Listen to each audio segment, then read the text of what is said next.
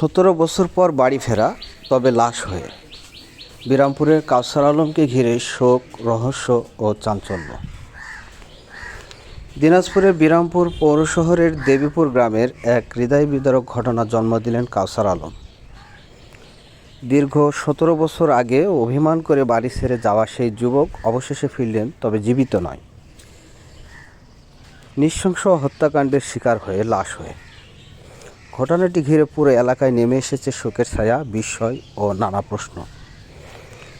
জানা যায়, কাউসার আলম বিরামপুর পৌর শহরের 1 নম্বর ওয়ার্ডের দেবীপুর গ্রামের গিরিঙ্গি বাজার এলাকার মৃত জাবেদ আলীর ছোট ছেলে।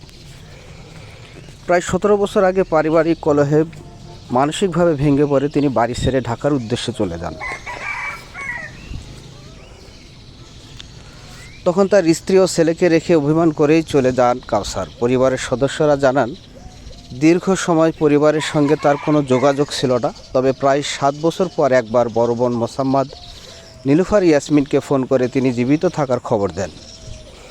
এরপর আবারও তার সঙ্গে যোগাযোগ বিচ্ছিন্ন হয়ে যায়। সম্প্রতি ময়মনসিংহের গফরগাঁও উপজেলার মশাখালী ইউনিয়নের দড়িচার বাড়িয়া গ্রামের শাহভিটা এলাকায় গাছের সঙ্গে বাঁধা অবস্থায় এক অজ্ঞাত যুবকের দ্বিখণ্ডিত মরদেহ উদ্ধার করে পুলিশ। পরে মরদেহটি কাউসার আলমের বলে শনাক্ত করেন পুলিশ ও স্থানীয় সূত্রে জানা গেছে, বৃহস্পতিবার সকালে জঙ্গলের পাশ দিয়ে যাওয়ার সময় এক কিশোর গাছের সঙ্গে বাঁধা মরদেহটি দেখতে পেয়ে চিৎকার দিলে স্থানীয়রা ছুটে আসেন। পরে খবর পেয়ে পুলিশ ঘটনাস্থলে গিয়ে লাশ উদ্ধার করে। নিহতের 2 হাত দড়ি দিয়ে গাছের সঙ্গে বাঁধা ছিল, শরীর জুড়ে ছিল আঘাতের চিহ্ন এবং দেহ থেকে মাথা ছিল বিচ্ছিন্নভাবে পাশে পড়ে। বীভৎস এ হত্যাকাণ্ডকে পূর্ব পরিকল্পিত বলে ধারণা করছেন স্থানীয়রা। নিহতের ভাগ্নি নিশাত ইয়াসমিন আবেগপ্লুত কণ্ঠে বলেন, জন্মের পর থেকে ছোট মামাকে কখনো দেখিনি, আজ দেখব, কিন্তু তিনি লাশ হয়ে ফিরলেন। বড় বোন নীলুফার ইয়াসমিন বলেন, 17 বছর আগে অভিমান করে চলে গিয়েছিল, অনেক বছর পর একবার ফোন করেছিল, তারপর আর কোনো খোঁজ পায়নি। আজ সকালে পুলিশ এসে জানালো আমার ভাইকে হত্যা করা হয়েছে। নিহতের দুলাভাই মোহাম্মদ নুরুল ইসলাম বলেন, সে অভিমান করে বাড়ি ছেড়ে চলে গিয়েছিল, কিন্তু এত বছর পর যেভাবে তাকে হত্যা করা হয়েছে সেটা আমাদের খুব ব্যথিত করেছে। এদিকে পুলিশ জানিয়েছে, কাউসার আলমের বিরুদ্ধে দেশের বিভিন্ন থানায় একাধিক মামলা ও গ্রেফতারি পরোয়ানা ছিল। বিরামপুর থানার অফিসার ইনচার্জ সাইফুল ইসলাম সরকার জানান, 2015 সালে নাটোরের নলডাঙ্গা থানায় তার বিরুদ্ধে অপহরণ ও ধর্ষণ মামলা ছিল।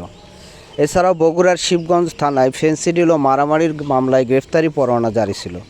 সব মিলিয়ে 3টি মামলায় তার বিরুদ্ধে 6টি পরোয়ানা ছিল বলে জানা গেছে। এসব মামলার সূত্র ধরেই প্রায় বিরামপুর থানা পুলিশ দেবীপুর গ্রামের বাড়িতে তার খোঁজে আসত। তিনি আরও জানান, এখনও মরদেহ পরিবারের কাছে হস্তান্তর করা হয়নি। মরদেহ শনাক্ত দেখার জন্য বিরামপুর থেকে পরিবারের পক্ষের লোকজন ময়মনসিংহে যাবেন। এরপর ময়নাতদন্তের শেষে আইনগত প্রক্রিয়া সম্পন্ন করে মরদেহ পরিবারের কাছে হস্তান্তর করা হবে। পাগলা থানার ওসি আমিনুল ইসলাম জানান, নিহতের পরিচয় শনাক্ত করা হয়েছে এবং হত্যার রহস্য উদ্ঘাটনে পুলিশের একাধিক ইউনিট কাজ করছে। মরদেহ ময়নাতদন্তের জন্য ময়মনসিংহ মেডিকেল কলেজ হাসপাতালে মর্গে পাঠানো হয়েছে। দীর্ঘ 17 বছর নিখোঁজ থাকার পর কাউসার আলমের এমন মর্মান্তিক মৃত্যু এখন বিরামপুরবাসীর মনে একটাই প্রশ্ন ছুড়ে দিয়েছে, কারা এবং কেন এত নির্মমভাবে হত্যা করলো তাকে।